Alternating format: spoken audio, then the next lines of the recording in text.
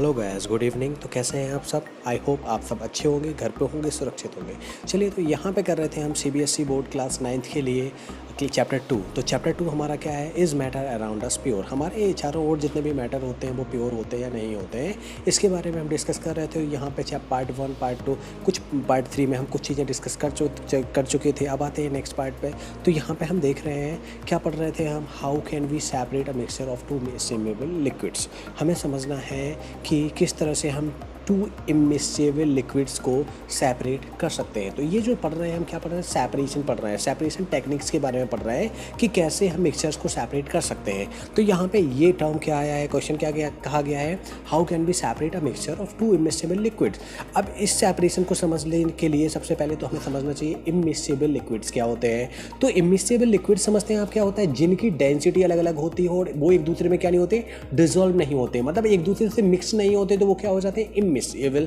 तो दो immiscible liquids हैं, हमें उनको सेपरेट करना है। तो किस तरह से हम उसको सेपरेट करने वाले हैं, चलिए प्रोसीजर को देखते हैं। ओके, तो दो इमिसेबल हमने लिक्विड्स ले लिए, लाइक हम एक वाटर एक ऑयल ले लें। इस तरह से ये दोनों कैसे होते हैं? वाटर कभी भी ऑयल में क्या नहीं होता है, मिक्स नहीं होता है। तो दोनों लिक्विड्स कैसे हो गए? दोनों ही लिक्विड्स हैं, दोनों ही कैसे इमिसेबल हैं। अब इनको सेपरेट हम किस तरह से करेंगे, चलिए देखते हैं। Let us try to separate kerosene oil from water using a separating funnel. तो किस प्रोसेस के थ्रू यहाँ पे हम सेपरेट करते हैं? क्या? Separating funnel. ओके, किसका यूज किया जाता है? सेपरेटिंग फनल का यूज किया जाता है। Pour the mixture of kerosene oil and water in the separating funnel. हमने डाल दिया है सेपरेटिंग फनल में। Let it stand undisturbed for some time so that separate layer of the oil and water are form. Okay, अब हम इस तरह से, अगर हमने इमिसेबल लिक्विड्स ले लिए हैं, दोनों का जो मिक्सचर है वो ले लिया है, अब उसको हम कुछ टाइम के लिए ऐसे ही रख देते हैं। तो क्या होता है? दोनों की एक अलग अलग लेयर बन जाती है।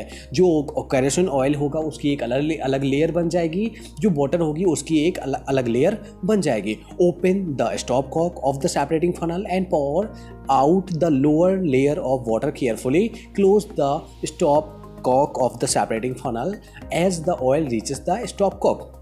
तो देखो, ये है हमारा प्रोसीजर क्या? सेपरेटिंग फनल का।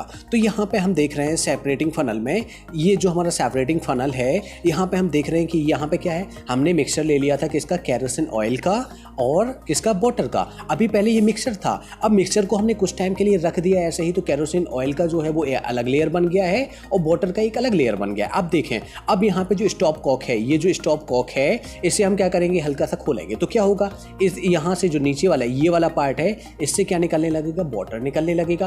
और कब तक निकालना है हमें वाटर? जब तक कि केरोसिन ऑयल वाला लेवल कहां तक ना आ जाए, नीचे तक ना आ जाए। तो देखो, इस तरह से वाटर जो होगा वो पहले निकलता जाएगा, और जहां तक पूरा वाटर निकल जाएगा वहीं पे हम क्या लगा देंगे? स्टॉप, बंद कर देंगे यहाँ पे स्टॉप कॉक को। तो जैसे ही हम बंद करेंगे तो वाटर अलग सेपरेट हो जाएगा नीचे, और यहाँ पे बचे रहेगा इसमें क्या? ओनली केरोसिन ऑयल बचा रहेगा। क्या बचे रहेगा? केरोसिन ऑयल बचा रहेगा। तो इस तरह से हम सेपरेट कर पाते हैं किससे? दो इमिसेबल लिक्विड्स को।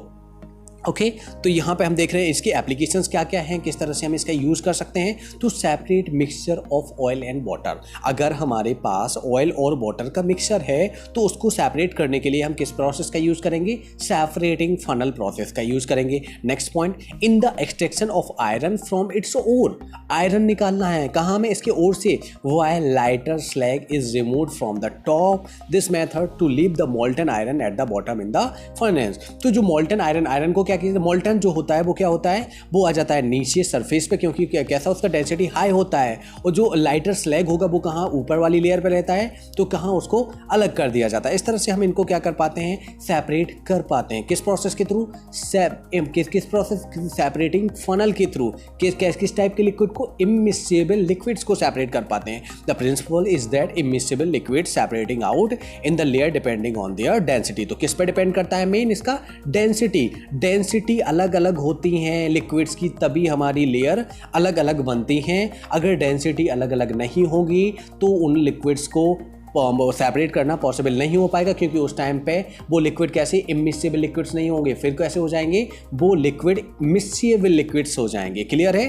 तो यहाँ पे हमने समझा कि किस तरह से दो इमिसेबल लिक्विड्स को हम सेपरेटिंग फनल प्रोसेस के थ्रू सेपरेट कर सकते हैं। प्रोसेस का नाम जो है वो क्या है? Separating funnel. ओके, क्या यूज़ करना होता है हमें? सेपरेटिंग फनल जो इंस्ट्रूमेंट होता है उसका यूज़ करके इमिसेबल लिक्विड्स को सेपरेट करना होता है। आई होप आपको ये समझ में आया होगा। तो अगर आप वीडियो अच्छा लगता है तो वीडियो को लाइक कर दीजिए। दीजिए, अपने दोस्तों में शेयर कर दीजिए। अभी तक आपने हमारे चैनल को सब्सक्राइब नहीं किया है तो प्लीज़ चैनल को सब्सक्राइब कर दीजिएगा। ओके, इसके बाद हम नेक्स्ट टॉपिक पे आगे वाली चीज़ें डिस्कस करेंगे।